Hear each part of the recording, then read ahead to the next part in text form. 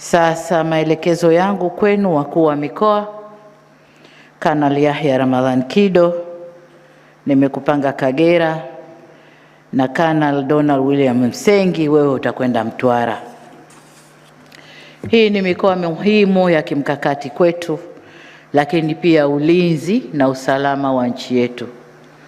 Tutakupangieni ma-DC ambao mnaweza kwenda nao na lugha moja ili kwenda kuimarisha ulinzi katika mikoa ile. Ni mikoa ya kimkakati kwetu na ni imani yangu kwamba mtakwenda kufanya kazi vizuri. Wasia wangu kwenu ni kushirikiana na mtakao wakuta madedi, wakuu wa wilaya na wengine ambao mtawakuta au mtakao waletea, ili mfanye kazi vizuri. Narudia, ile miwili ni mikoa yote, ni mikoa muhimu.